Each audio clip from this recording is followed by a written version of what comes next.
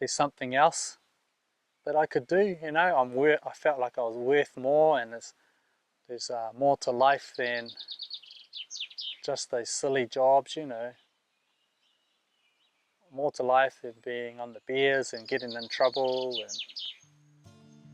I was always searching for something new, and I had it right under my nose. Followed my mischief pathway, yeah. And that's when it led to, you know, the more advanced pieces, and yeah, 20 years later, and yeah, here I am. I talk to clients like one-on-one now, as opposed to just throwing stuff up in the galleries. And we all talk about their background, their hobbies, what do they love, and I promise them I'll try and make something in my language, how I see your story, and hanging with their family, meeting their kids, patting their dogs, visiting their location, all that. You know, somehow I can pull it all together, and I carry that into the studio with me. So I'm happy to fix them for nothing. It's just like putting a band-aid on your child who trips up or something. So yeah, it goes beyond all that. Once it's sold, I don't want to know you anymore. I'm still in contact with all the families that I deal with. Yeah. I think that's the best thing. All our brothers surf, and there's broken boards everywhere at our old beach. So yeah, I just picked one up, ripped one to bits, and started. Yeah, I started with a koru. I've got the original actually here. And I started with a spoon and a knife. And I cut it and then spooned it out. And that's how that started. And yeah, word got out that you just throw them over the fence at Money Bay at our place. Yeah, and I just like bundle them up and yeah, give them a second life. So yeah, that's how that started. Like all the boys recycling their boards back in the 90s. Yeah. To this day, the boys are still doing it. Yeah, I've got a box of beers in the studio for one of the dad and his son broke their boards out of Indies. And if they sold, I'll give them a box of beers. And they just threw it over the fence here, left it down here on the grass. Yeah. So they sold, so there's a box of Steinies for the bros around the back. Lots of times I think I'm not Maori. I'm Maori, but I feel like I'm Pacific Islander as well. So I've tried to like merge both in a pea, or the puoro on the legs, which was kind of like looked at real crooked by some traditional guys. At the time I was thinking, what would contemporary Māori art look like in 10 years time? Could it look like this? So I cracked it and I mixed 2 and 2. At the time it was a very controversial situation, but I just backpedaled and hid away and let everybody argue about it. My job was done. I've always been told that there's a certain way to do a certain type of art. You know, some English or colonial artists only paint like this, or a landscape only should be done like this. And even in Maoridom, you should only create art like this and say it like that, and this means that, and don't do otherwise. But, you know, I did the big huckers, you know. And I said, nah man, it's like, how are we supposed to advance our art? So for me to do that, I had to go backwards. And that means, you know, go back to the sea, go back to the rivers, and, you know, watch all the eddies, the swirls, get in the water, you know, drown yourself, breathe water through your nose, choke on that, you know, choke on your water, taste it, eat it, swim in it, see what's in it. Like, you know, look at the birds flying around, not just the surf. You can surf every day, all day, but you know, there's other things happening around you. Just being in the environment like really freaks me out. I'm into that. Makes me quite uncomfortable, and I think that's a good thing. Because you know, if you're uncomfortable, then you know there's something to learn there. People, how people behave in certain circumstances, you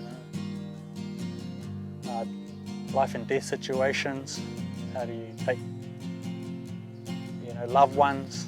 All those inspire me. Seeing your loved one die, you know, that massive upheaval of grief that happens there.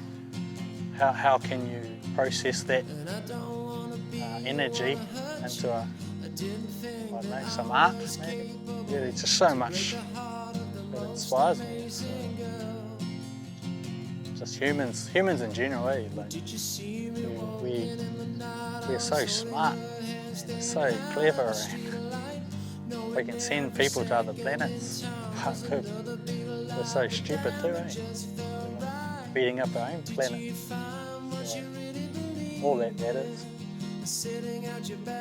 Try not to take all that on board. Piece by piece, it helps.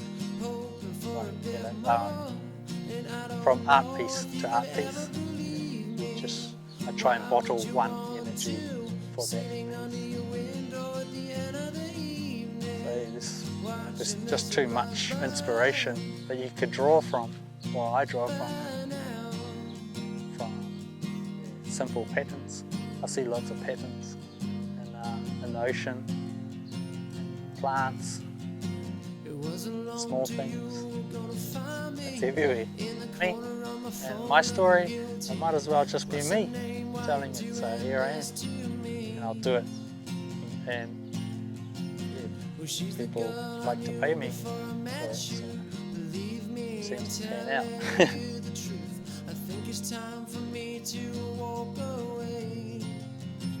But yeah, it was just, you know, having that breakthrough though, you know, because I could have just settled with the 9 to 5. I could have settled for it, but it's that mischievous calling that always like takes me off that beaten tracks for some reason, and I'm the only silly one who goes off there, has a crack at it.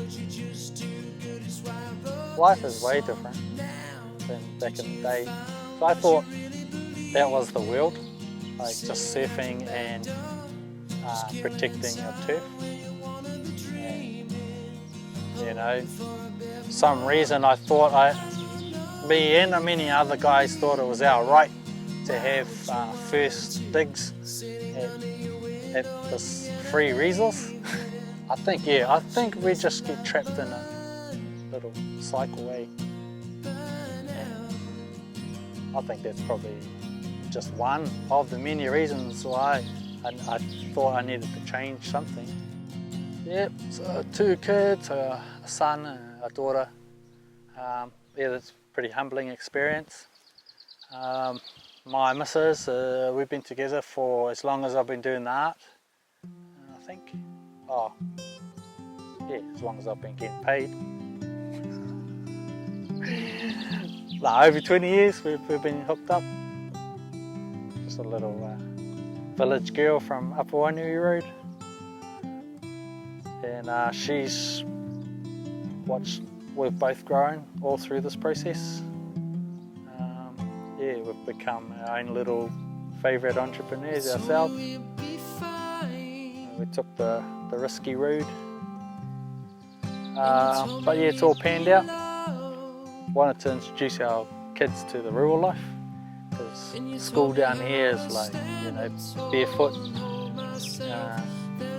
Everybody knows each other, but we live far apart from each other. It's weird. We spend lots of quality time with the kids. Yeah, life's way better than back in the day. But got us a couple of acres, a big studio. Behind us we have an acre of bush here, of reserve, that yeah, we're basically just the custodians of it. We own it, but we're not allowed to touch it, basically. Yeah, it's one of the reasons why we bought here as well. There's nothing like hugging a big meaty ass native tree.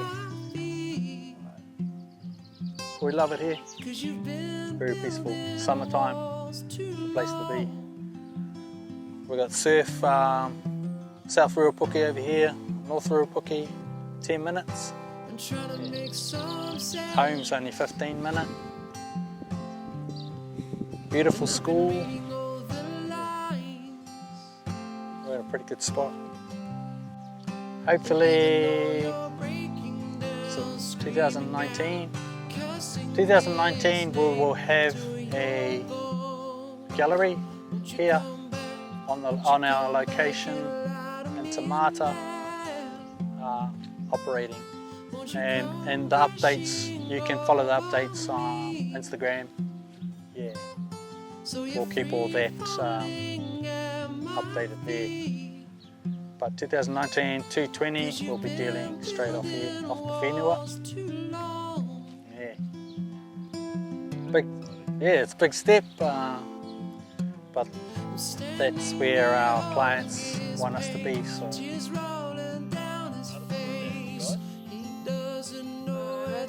Probably not different from any other day. Oh, I'm way awesome.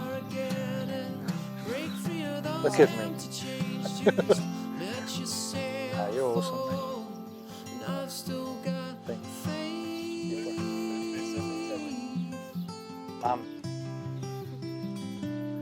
Yeah, I can still spray face. I can take some big drops still. Yeah.